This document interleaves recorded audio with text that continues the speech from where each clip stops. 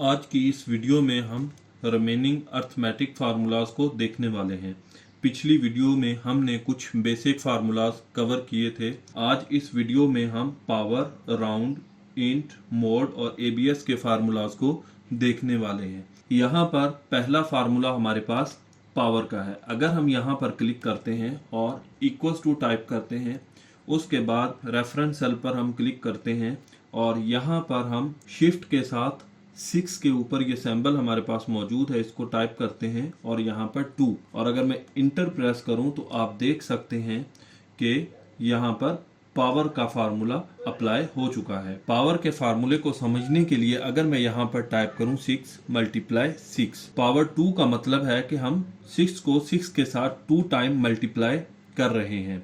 इसी तरह अगर मैं यहाँ पर टाइप करूं इक्वल्स टू, हम इस सेल पर भी क्लिक कर सकते हैं और अगर हम यहाँ पर ये वैल्यू खुद टाइप करना चाहें तो हम यहाँ पर खुद भी टाइप कर सकते हैं और उसके बाद पावर का सिंबल ऐड करूंगा और यहाँ पर अगर मैं 3 टाइप करता हूँ तो इसका मतलब ये है कि 6 को 6 के साथ 3 टाइम मल्टीप्लाई। इंटर प्रेस करते हैं, यहाँ पर पावर का फार्मूला अप्लाई हो चुका है और अगर मैं यहाँ पर टाइप करूं इक्वल्स टू 6 मल्टीप्लाई 6 मल्टीप्लाई 6 और यहाँ पर इंटर प्रेस करूं तो यहाँ पर आंसर हमारे पास सेम आ रहा है। इसी तरह यहाँ पर राउंड को हम यूज करते हैं वैल्यूज को राउंड ऑफ करने के लिए, यानी पॉइंट वाली वैल्यूज जो हमारे पास होती हैं उनको खत्म करने के लिए या कंट्रोल करने के लिए। यहाँ पर हम टाइप करते हैं इक्वल्स टू राउंड, ब्रैकेट को ओपन करेंगे, उसके बाद इस सेल पर क्लिक करेंगे, कॉमा के बाद हम वो वैल्यू टाइप करेंगे जितने डिजिट्स हमें पॉइंट के बाद रिक्वायर्ड हैं। यहाँ पर अगर मैं 2 टाइप करूं तो पॉइंट के बाद सिर्फ 2 नंबर्स शो होंगे। इंटर प्रेस करता हूं तो आप देख सकते हैं कि सिर्फ पॉइंट के बाद 2 नंबर शो हो रहे हैं। मैं दोबारा से फार्मूले को एडिट करूं और यहाँ पर मैं 1 टाइप करूं तो अब पॉइंट के बाद सिर्फ 1 नंबर हमारे पास यहाँ पर शो हो रहा है। और अगर हम यहाँ पर डेसिमल की वैल्यू नहीं चाहते या कोई भी नंबर शो करवाना नहीं चाहते तो हम यहाँ पर 0 भी टाइप कर सकते हैं। देख सकते हैं यहाँ पर कि वैल्यू राउंड ऑफ हो चुकी है और यहाँ पर पॉइंट के बाद कोई भी वैल्यू शो नहीं हो रही। इसी तरह इंटीजर को भी हम पॉइंट को रिमूव या ख़त्म करने के लिए यूज़ कर सकते हैं।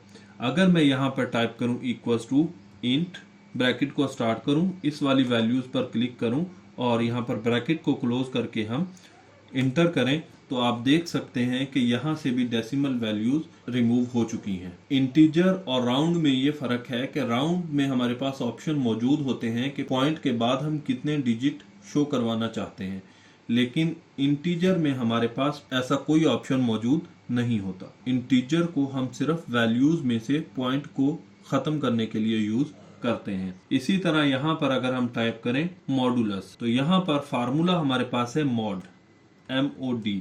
इसका फुल फॉर्म मॉडुलस है। मॉडुलस रिमाइंडर वैल्यूज को देखने के लिए यूज करते हैं। Return the remainder after a number is divided by a divisor. Modulus को अप्लाई करने के लिए हम यहाँ पर इक्वल्स टू टाइप करते हैं और MOD, उसके बाद ब्रैकेट को स्टार्ट करते हैं और यहाँ पर अगर हम टाइप करें 10,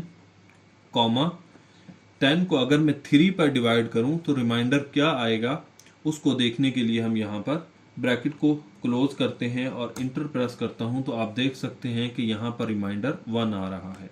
इसी तरह अगर मैं दोबारा यहाँ पर टाइप करूं इक्वल्स टू और यहाँ पर मॉड, ब्रैकेट को स्टार्ट करूं, दोबारा से मैं 10 टाइप करता हूं और कॉमा के बाद अगर मैं 10 को 4 पे डिवाइड करूं तो यकीनन रिमाइंडर 2 आएगा हमारे पास।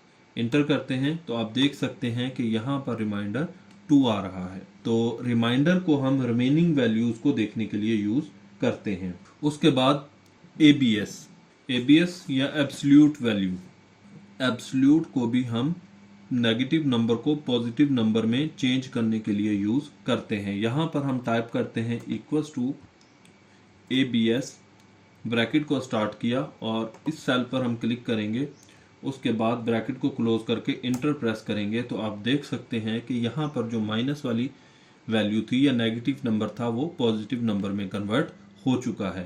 तो इस तरह से हम एब्सोल्यूट को यूज करके नेगेटिव वैल्यूज को पॉजिटिव वैल्यू में कन्वर्ट कर सकते हैं। अगर वीडियो अच्छी लगी तो वीडियो को लाइक और चैनल को सब्सक्राइब लाजमी करें।